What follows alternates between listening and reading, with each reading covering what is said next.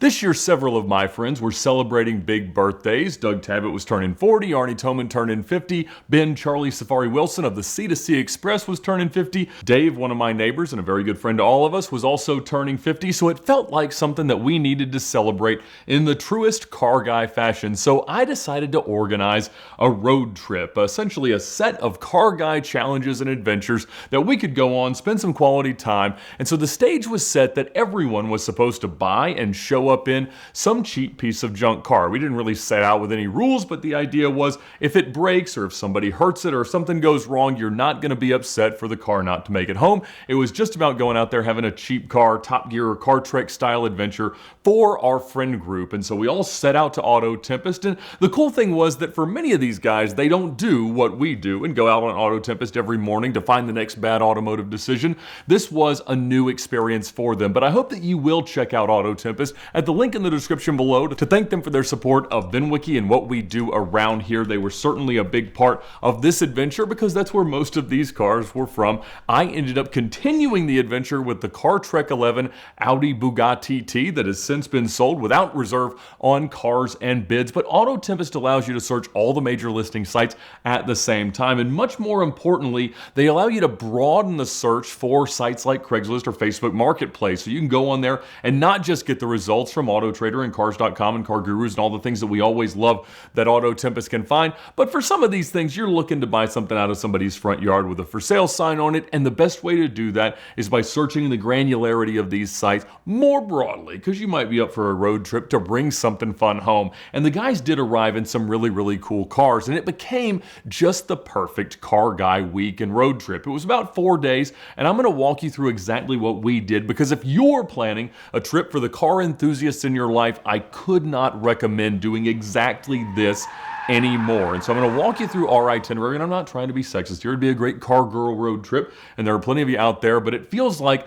I get asked a lot for gifts or ideas or trip ideas for car enthusiasts and things like that, and most of the time it's guys for a bachelor trip or whatever it is. So this would be a blast, and I hope that some of you will take me up on it and let me know how the adventure unfolds for you. Now, we started fairly close to here at Caffeine and Octane Lanier Raceplex. This has always been Lanier Motor Speedway right across the street from Road Atlanta, and they set this up for drift events and autocross and things like that. They had kind of an autocross setup, and anytime you're booking this track around a larger event, it can be very economical and a ton of fun. I was able to let my 10-year-old son drive the Audi TT on this trip, and he got a blast wearing his helmet, going fast and sliding the car around a little bit. So that was so cool for me to be able to continue teaching him how to drive a manual transmission, and to have a lot of fun. And we did some rudimentary timing, mostly with the support of Dan Doucette, who's our lead researcher here at the VinWiki YouTube channel for appraisals and things like that. But he kept everything on track, organizing some sort of, whose line is it anyway, points don't matter idea, so that we might eventually arrive at a winner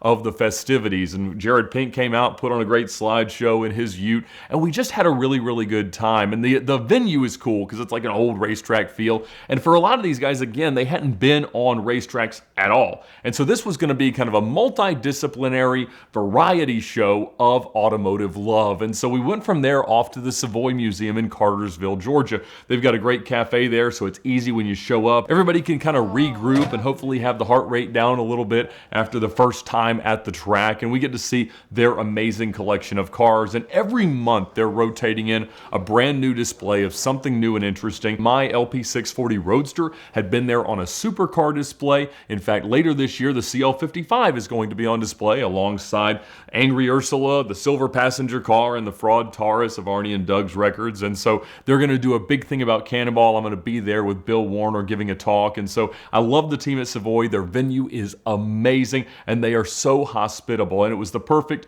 next stop before we continued west towards Birmingham, where we went to Back 40 Brewery, just kind of a great place to hang out, big tables, easy to have a large group without much pre-planning and without a whole lot of stress. That was really the idea, was trying to put together what's essentially a car rally without anybody, myself especially, having to do a whole lot of planning. And now that I've got the whole itinerary sorted out, you'll be able to just go ahead and do it yourself. There was also a Tutwiler hotel, which was cool and very old Birmingham kind of thing.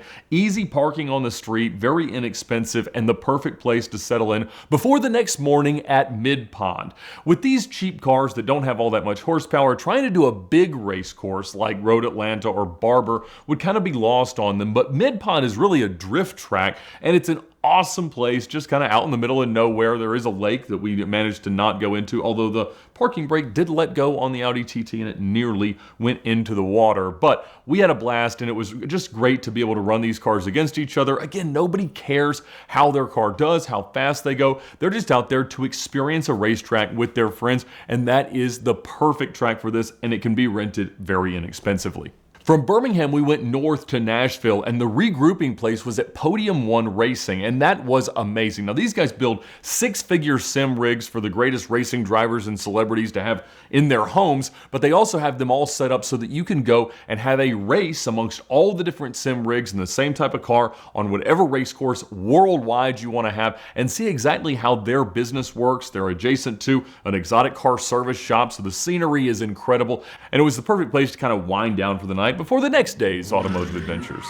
We ended up staying closer to downtown Nashville. Some people wanted to go out for the night. I'm not into that type of experiencing Nashville, but I would actually recommend a Holiday Inn that's very close to our next stop of the morning, the Lane Museum. It's one of the coolest museums in America. They've got an awesome collection that they own. They've got other cars on display. They also house the Nissan and Infiniti Heritage Collection deep in the basement, and we were able to organize a tour of that. They're great at accommodating large groups. Just give them a call, let them know when you're coming, how many people you'll have. They'll give you a special rate, and it just becomes a really, really cool stop with stuff you would not see anywhere else. Now, that third day was a big one for us because we went out east a couple of hours to Crossville, Tennessee, to Fitzgerald Motorsports Park. Now, Blake Fitzgerald bought this track a few years ago, and over the last year, he has turned it into a wonderful drag strip. And once again, we had a lot of ridiculous cars to be on a drag strip, but it was super, super fun to be able to go head-to-head, build a bracket, and see who was the fastest. Of course, the Audi TT very much was not after going into the water and all the other things that it had done.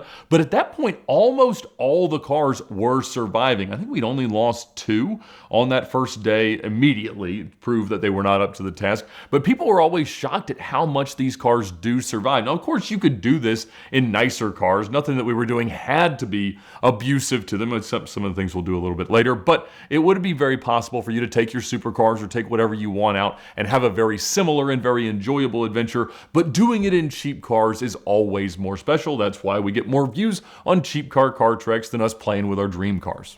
After we crowned a drag racing champion, we continued east towards Josh Vandegrift's 129 hub at Tail of the Dragon.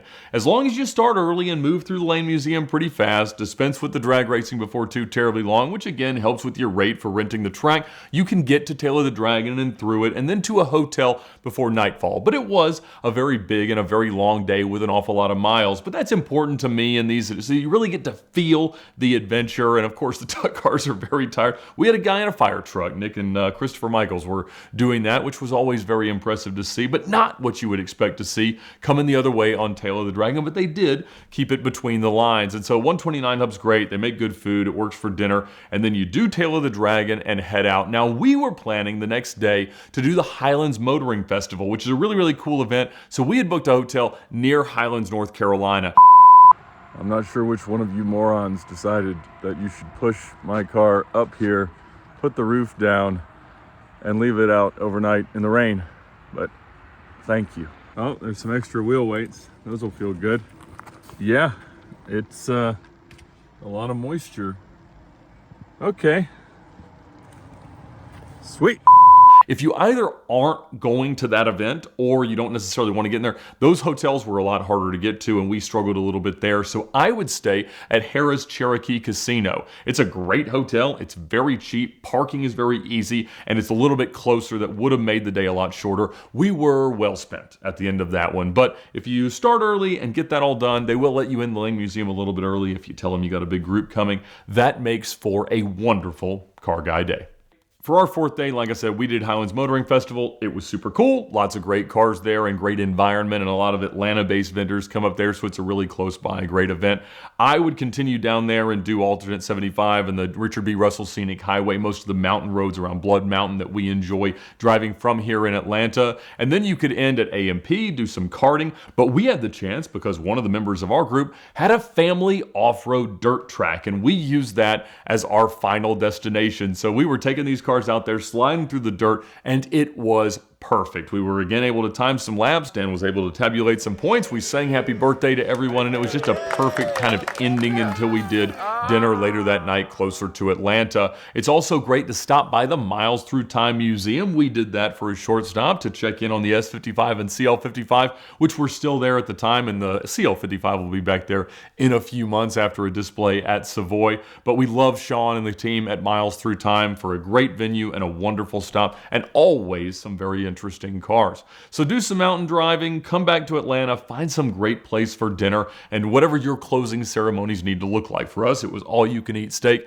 at a Brazilian steakhouse nearby, but everyone had a blast, and we all immediately thought, like, how do we get to do this again? Now, with the scope of a trip like this, it seems like it could get very expensive, and you could do it to whatever price points you wanted, but my goal was to keep it quite economical, to the point that everyone could have done all this for less than $1,000 per person for all 4 nights. Now, of course, that's cheaper hotels, cheaper places to stop for food and things like that. I would guess most people probably spent between $1,000 and $2,000 each, most of them including the cars that they were driving, because most of them still had some value in those cars at the end. But that was about 40 people or so in 25 cars as the size of our group. Costs would go up a little bit if you were to take fewer cars or fewer people, but dividing it amongst all of those for all the expenses that were fixed and everything that was variable, that's about where we ended up. But if you're looking to have this kind of an adventure, I could not recommend these exact stops enough. If you've got 3 to 4 days to make it all happen, you will not regret a moment of it. And I know you'll find yourself growing much closer to whatever car enthusiast friends are alongside you. Once again, I want to thank Auto Tempest for their support of this video. Check out Auto Tempest right now at the link in the description below to shop for your next car. Good car, bad car, anything in between, they have them all. And that's why we love them so much, for their support of VinWiki, Car Trek, and stupidity like this.